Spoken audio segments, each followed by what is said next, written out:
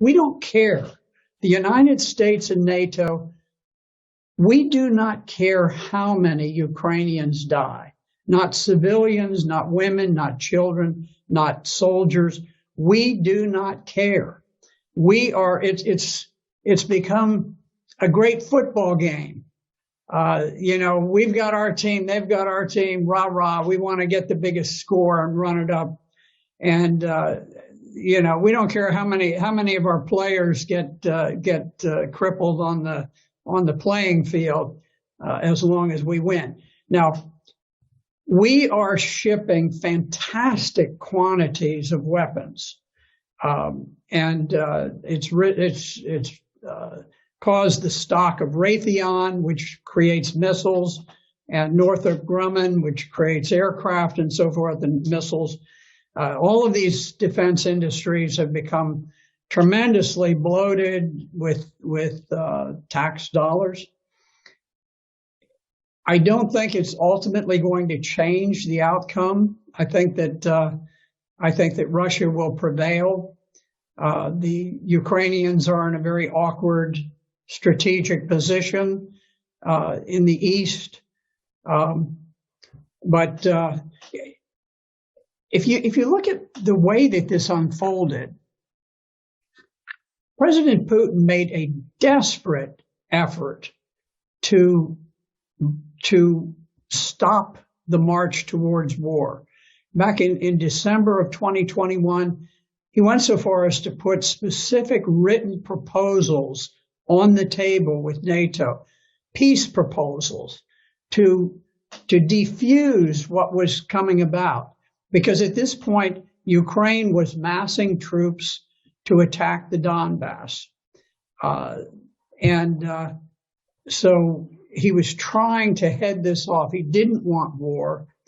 And NATO just blew it off, just dismissed it, never took it seriously, never went into serious negotiations. At that point, Putin, seeing that armed Ukrainians with weapons to kill Russian troops were literally on their borders, decided he had to strike first. Now, you can see that this was not some pre-planned attack. This was not like Hitler's attack into Poland, where the standard rule of thumb is that you always have a 3-to-1 advantage when you are the attacker. You have to mass 3 times as many tanks and artillery and planes and men as the other side has.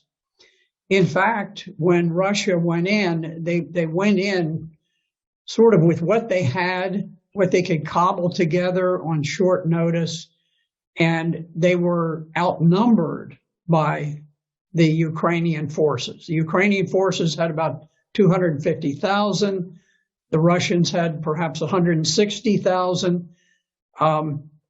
So instead of having 3 times as many, they actually had fewer troops than the Ukrainians, but they were forced to attack to try to preempt the battle that was looming, where the Ukrainians had massed these forces against the Donbass. Now, the Donbass is adjacent to Russia.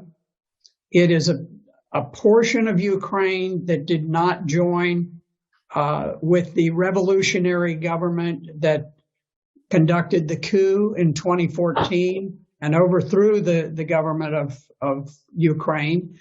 They refused to become a part of the new revolutionary government of Ukraine, and so they declared their independence.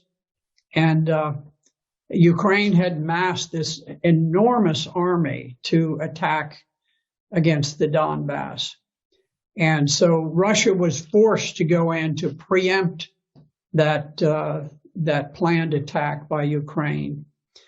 And you could see that Russia very much hoped that they could conduct this special operation without unduly causing casualties for the Ukrainians, because they they think of the Ukrainians, or at least they did think of the Ukrainians as brother Slavs, that they wanted to have good relations. But there was a famous picture with a Russian tank that had been stopped by a gathering of maybe 40 civilians who just walked out in the road and blocked the road, and the tank stopped.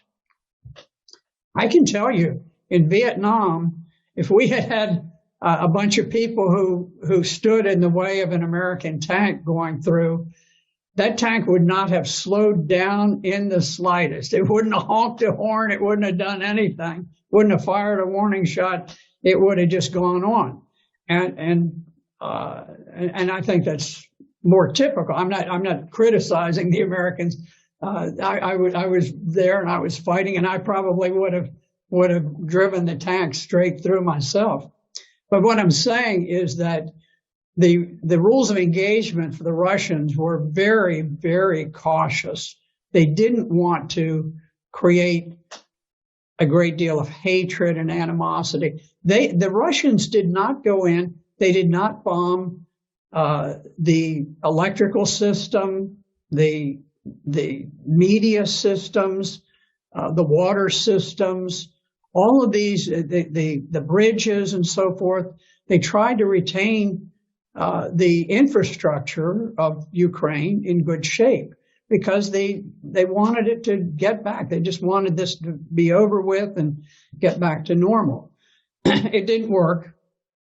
The Ukrainians, the resistance was unexpectedly hard. The Ukrainian soldiers fought with great valor, great heroism, and so now the game has been upped and it's become much more serious. But it is amazing to look and to see that Russia dominates the air. They haven't knocked out the train systems. They haven't knocked out power plants.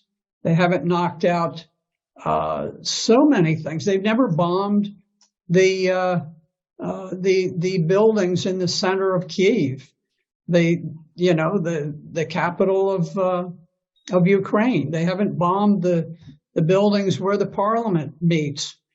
They've been incredibly reserved about these things, hoping against hope that peace could be achieved.